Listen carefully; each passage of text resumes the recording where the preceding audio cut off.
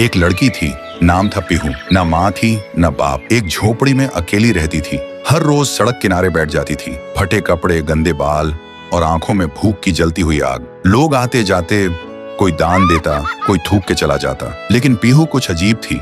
जिसने उसे खाना दिया उसके हाथों में फूल खिलते थे, और जिसने उसे नजरअंदाज किया या हंस के निकला, कुछ न कुछ उसका कट के ही रहता था।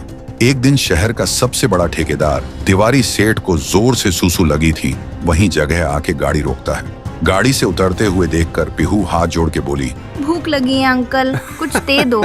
तिवारी ने हंस के कहा, जा भाग यहाँ से भूतनी के, और बिना शर्म के उस मासूम लड़की के ऊपर ही सूसू कर दिया। पीहू चुप रही, कुछ बोली नहीं, बस अपनी आंखों से सेठ को देखा।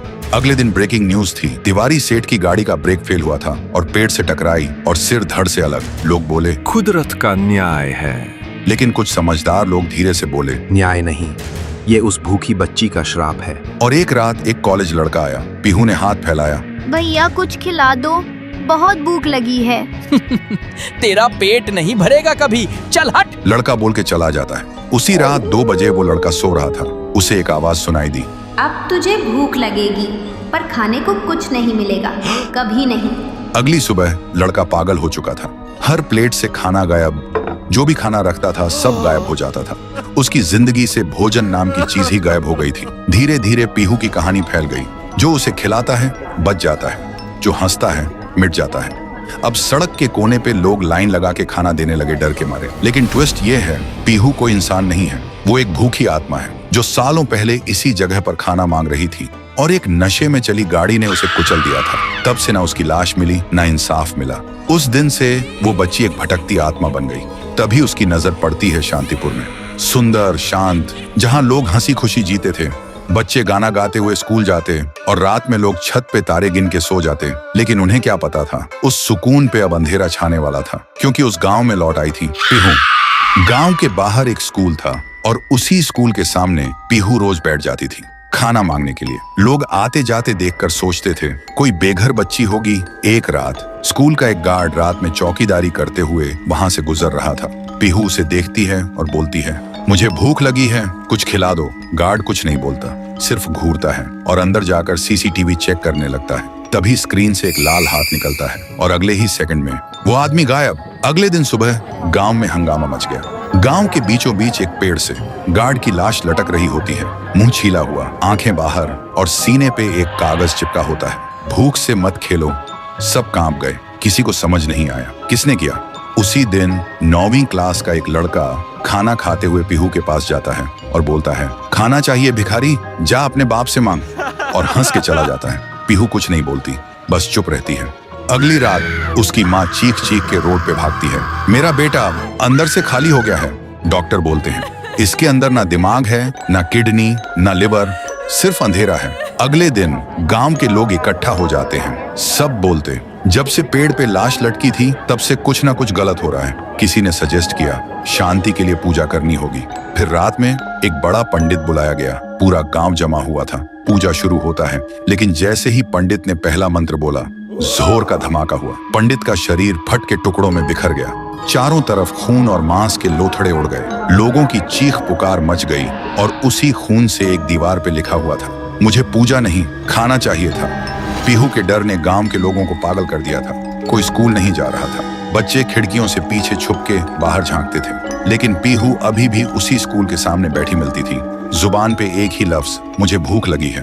फिर एक दिन गांव में एक बड़ा तांत्रिक आया। सुना था 1000 भूत प्रेत भगाए हैं उन्होंने। तांत्रिक गांव में कदम रखते ही एक आदमी से पूछा, ये गांव इतना शांत क्यों है? आदमी बोला, हमारे गांव में एक छाया घूम रही है जो मुझे भूख लगी है बोल के इंसान को निगल रही है। तांत्रिक ने आंख बंद की और जो देखा वो चौंक गया। फिर उन्होंने गांव वालों को बुलाया और बोला, वो बच्ची की आत्मा किसी वस्तु में बंद है, हमें उसका असली घर ढूंढना होगा, वहीं कुछ मिल सकता है।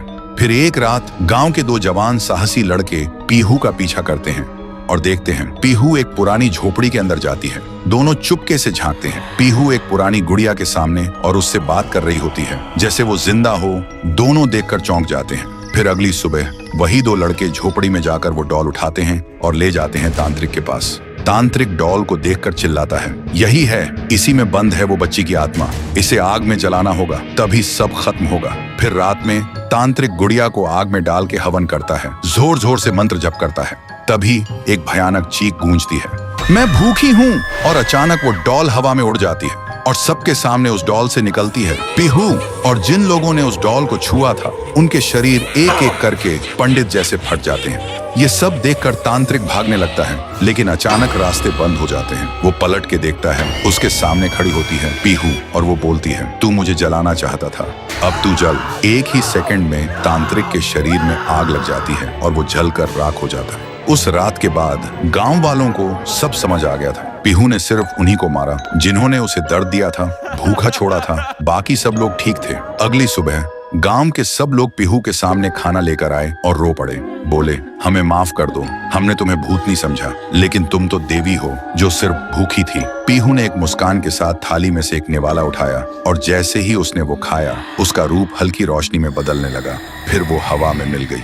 उस दिन के बाद पीहू कभी नहीं दिखी। तब से वो गांव वापस वैसे ही हो गया, शांत, प्यारा और खुशी से भरा। उधर ढोलकपुर गांव के लोग बड़े आराम से जी रहे थे, क्योंकि उस गांव में रहता था महाराज राइस्टार, जो अपने गांव के लिए एक शेर था, जो कभी अपने लोगों के साथ गलत होने नहीं देता था। लेकिन उस गांव में छुपा था एक डरावना राज, एक राज जो सबके दिल में था, पर जुबान पे नहीं। गांव के बीच एक सूखा हुआ पेड़ था, जिसे लोग कहते थे श्रापित पेड़। ना कोई उसके पास जाता, ना कोई उससे आंख मिलाता। हर पूर्णिमा के अगले दिन उस पेड़ के नीचे एक लाश मिलती थी। लोग कहते, रात में कोई आता है और लाश छोड़ जाता है, लेकिन कभी किसी ने कुछ देखा नहीं, और देखता भी कैसे। जो देखता वो अगले दिन पेड़ के नीचे होता था। एक दिन राइस्टार ने ठान लिया, बस अब और नहीं, इस राज का अंत मैं ही करूंगा, क्योंकि ढोलकपुर का नाम मिट्टी में मिल रहा था।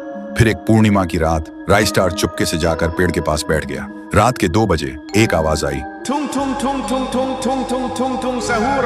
और फिर वो पेड़ भूत में बदल गया। वो भूत कुछ अजीब सा था, एक भयानक शैतानी हंसी वाला चेहरा, आंखें बड़ी बड़ी। वो पेड़ चल के एक घर के गेट को जोर जोर से खटखटाने लगता है। तभी एक आदमी डर के मारे आवाज सुन के बाहर निकलता है। वो भूत अपने लकड़ी जैसे हाथ से एक ऐसा थप्पड़ मारता कि उसकी सांस वहीं थम जाती है, और उसी जगह उस लाश को ले जाता है और वापस फिर से पेड़ बन जाता था। देखते ही राइस्टार का दिल कांप जाता है, पर वो कुछ बोलता नहीं। सुबह लोग भीड़ में जमा हुए और राइस्टार ने पहली बार उस पेड़ से बात करने की कोशिश की। पेड़ के अंदर से एक आवाज निकली, क्या तुम सब भूल गए मुझे? राइस्टार बोलता है, तू कौन है? पेड़ बोलता है, मैं हूँ ठुन ठुन ठुन साहुर। एक वक्त था जब मैं भी इस गांव का एक प्यारा सा बच्चा था, लेकिन 100 साल पहले मुझे इसी पेड़ से रस्सी बांधकर उल्टा लटका दिया गया, गांव वालों की आंखों के सामने, और मेरी मौत को तमाशा बना दिया गया, सिर्फ इसलिए क्योंकि मैंने एक राज देख लिया था जो लोग छुपाना चाहते थे, और उसी पल से मेरी रूह इस पेड़ से जुड़ गई। उस दिन से मैं इंसान नहीं, एक सज्जा बन गया, और हर पूर्णिमा में एक राजदार को चुनता हूँ और फिर उसे उसकी खामोशी का हिसाब देता हूँ। राइस्टार बोलता है, लेकिन अब तो वो लोग मर चुके हैं ना, जो तेरा कसूरवार थे। अब तू मासूम लोगों को क्यों मार रहा है? पेड़ कुछ देर चुप रहता है, फिर बोलता है, ठीक है, बस एक बार मुझे याद करो, एक दिया जला दो, फिर मैं कभी किसी को नहीं मारूंगा। फिर रात में सब लोग आते हैं, एक एक दिया जलाते हैं, और तभी पेड़ अपने आप से आग पकड़ लेता है, और आखिर में मुक्ति मिलती ठुन ठुन ठुन साहुर को।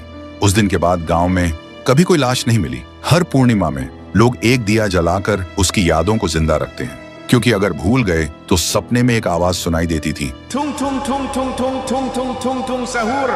देखते ही देखते 1 साल बीत गया। गांव के लोग फिर से खुशी से जीने लगे थे, लेकिन एक अमावस्या की काली रात में ग्रेवयार्ड के बीच खड़ी एक पुरानी टूटी फूटी हवेली, जिसके अंदर सिर्फ अंधेरा और सड़ी हुई लाशों की तेज बदबू थी, वहीं हवेली के सबसे अंधेरे कमरे के बीच खून से बना एक आह्वान मंडल जमीन पर अजीब सी चमक के साथ जगमगा रहा था।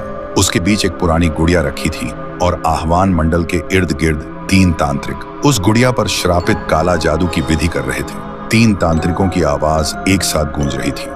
मंत्र इतने भयानक, इतने गहरे थे कि जैसे हर श्रापित अंधेरों के आत्मा को आजाद कर रहा हो।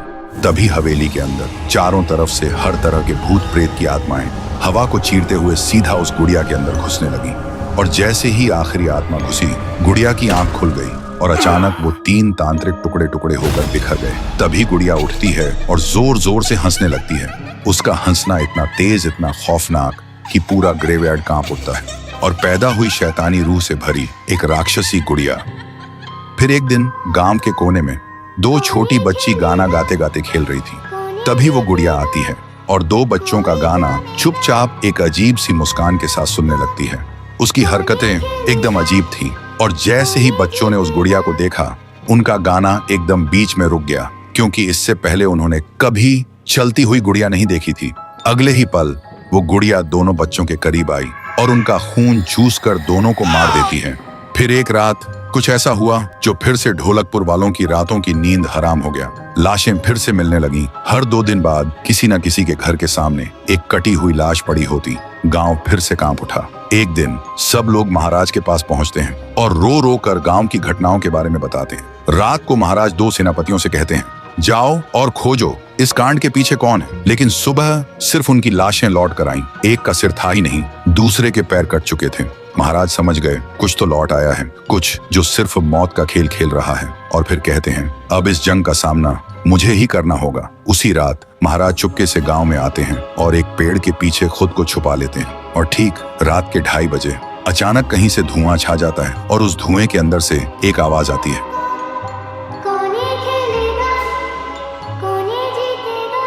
और फिर धुएं के बीच से निकलती है एक गुड़िया, गोल आंखें, एक बेजान सी मुस्कान, लेकिन चेहरा मौत का पैगाम।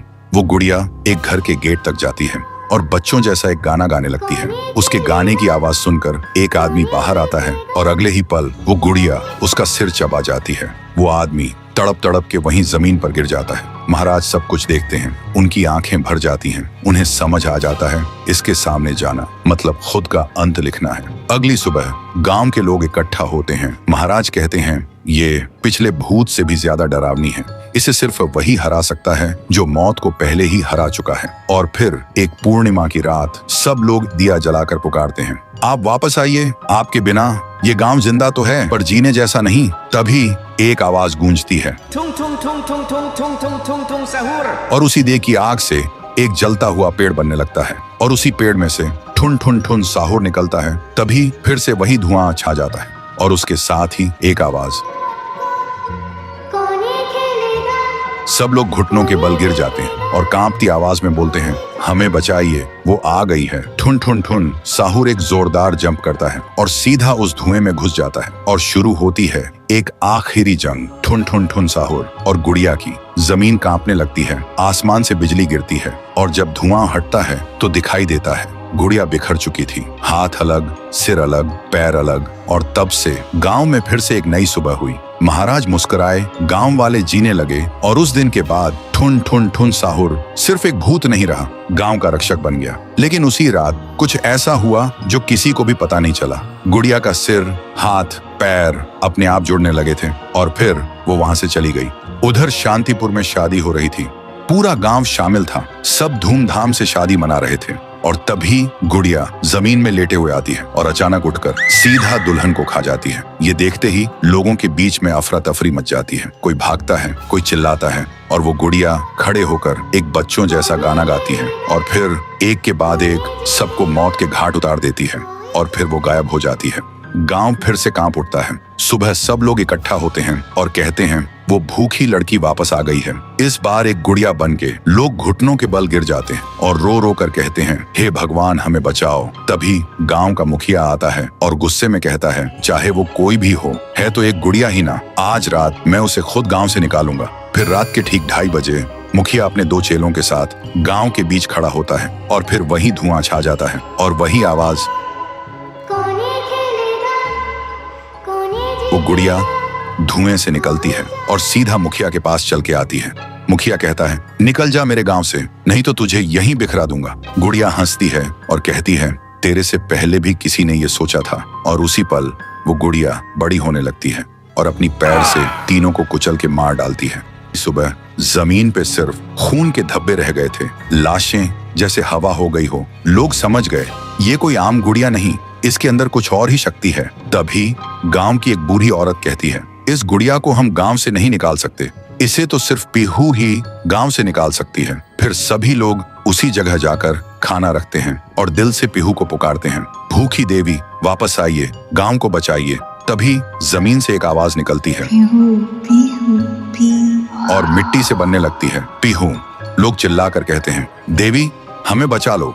फिर रात होती है। वो गुड़िया गाना गाते हुए आती है, लेकिन अचानक पीहू उसके सामने आ जाती है। गुड़िया रुक जाती है। पीहू उसे पकड़ने जा रही होती है, लेकिन गुड़िया हवा में उड़ जाती है। पीहू भी उसके पीछे उड़ जाती है और अपनी आंखों से आग छोड़ के गुड़िया को जलाने की कोशिश करती है, लेकिन गुड़िया एक धुएं में छुप जाती है और फिर अचानक पीहू के पीछे आके उसे एक जोर का वार करती है। पीहू आसमान से जमीन पे आ गिर जाती है और फिर वो गुड़िया पीहू की शक्ति छीनने लगती है। पीहू की ताकत धीरे धीरे गुड़िया के पास जा रही होती है। कुछ देर बाद पीहू जमीन पे गिर जाती है। जब वो उठती है तो देखती है उसका शरीर धुंधला हो गया है और जब वो अपने आप को छू रही थी तो हाथ उसके शरीर के आर पार जा रहा था। वो वहीं गिर के रोने लगती है और जोर से चिल्लाती है और उसकी आवाज सीधा उसके भाई के कानों तक पहुंचती है। लेकिन इधर उसका भाई सोच रहा था। लगभग 150 साल पहले की बात। ढोलकपुर गांव के एक कोने में एक परिवार रहता था। उस परिवार में था पीहू, उसका बड़े भाई साहुर और उनके मम्मी पापा। एक सुबह पीहू और साहुर घर के बाहर खेल रहे थे और अंदर उनकी मम्मी किचन में खाना बना रही थी। वो थोड़ी जल्दी में थी और तभी अचानक उनके कपड़ों में आग लग जाती है। वो चीख चीख के चिल्लाने लगती हैं। पीहू और साहुर मम्मी की चीख सुनकर भागकर अंदर आते हैं और जैसे ही मम्मी को जलते हुए देखते हैं वो चिल्लाते हैं, पापा जल्दी आओ पापा। पापा भागकर आते हैं, लेकिन मम्मी को बचाने के लिए जैसे ही हाथ बढ़ाते हैं उनके कपड़ों में भी आग पकड़ लेती है और कुछ ही सेकंड्स में दोनों जलकर राख हो गए। पीहू और साहुर सिर्फ देखते रह गए, जैसे पूरी दुनिया ही खत्म हो गई हो। अब पीहू घर में अकेली रहने लगी और साहुर हर दिन खेतों में काम करता, सिर्फ इसलिए ताकि उसकी बहन भूख से ना रहे। एक पूर्णिमा की रात थी।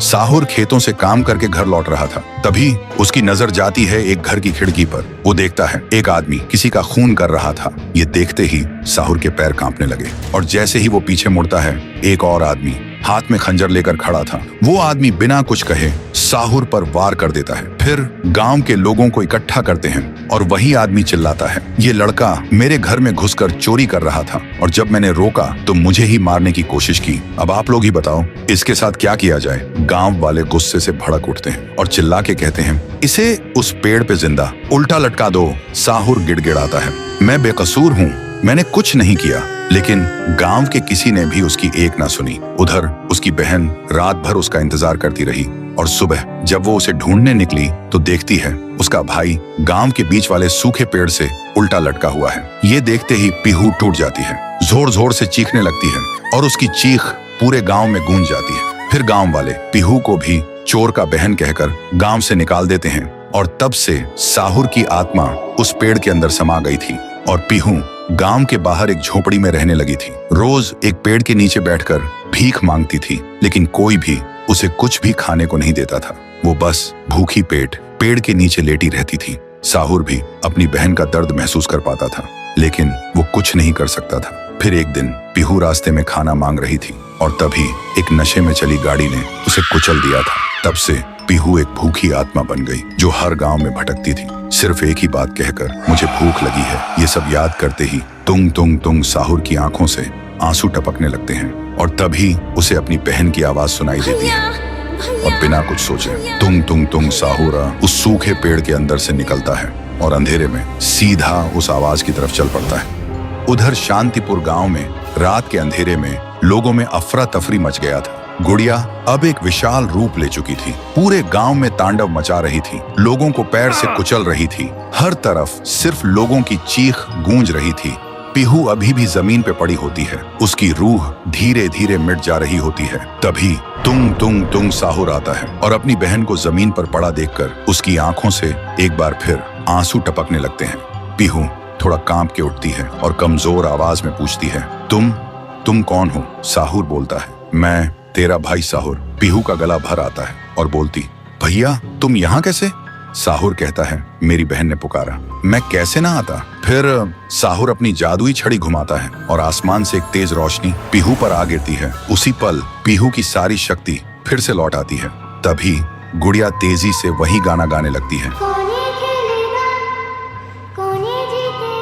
उसकी आवाज से पूरा गांव कांप उठता है। साहुर बोलते हैं, इसे तो एक बार मैं खत्म कर चुका था, फिर ये यहाँ कैसे? फिर साहुर गांव के लोगों को एक खाली मैदान में इकट्ठा करता है और एक कवच के अंदर सबको सुरक्षित कर देता है और एक बार फिर से आसमान चमकने लगता है। साहुर गुड़िया को मौत के घाट उतारने लगता है। एक ही पल में गुड़िया टुकड़ों में बिखर जाती है, लेकिन उसी वक्त उसके टुकड़े खुद ब खुद जुड़ने लगते हैं और गुड़िया हंसने लगती है। पीहू बोलती है, भैया इसे हम ऐसे नहीं खत्म कर सकते, इसे आग से जला के खत्म करना होगा। तभी साहुर अपने जादू से गुड़िया को कस के पकड़ता है और पीहू अपनी आंखों से आग निकालती है और गुड़िया को जला देती है। गुड़िया चीखती है और छोटी होने लगती है। कुछ ही देर बाद गुड़िया जलकर राख हो जाती है और हवा में पूरी तरह से गायब हो जाती है। फिर गांव से काली छाया हट जाती है और सूरज निकलता है। पूरा गांव एक आवाज में गूंज उठता है, जय हो पीहू देवी की, जय हो तुंग तुंग तुंग साहुर की। साहुर मुस्कुराता है और कहता है, मुझे वापस जाना होगा। पीहू भी आंखों में आंसू लेकर गांव वालों को अलविदा कहती है और एक रोशनी के साथ दोनों हवा में गायब हो जाते हैं। अब गांव वालों की आंखों में सिर्फ एक ही चीज थी, पीहू और साहुर की याद और खुशी के आंसू। तब से शांतिपुर में एक बार फिर से शांति लौट आई थी। लेकिन जलने से पहले जब साहुर ने अपने जादू से उसे कस के पकड़ रखा था, तब गुड़िया अपनी एक उंगली चुपके से जमीन पर गिरा दी थी।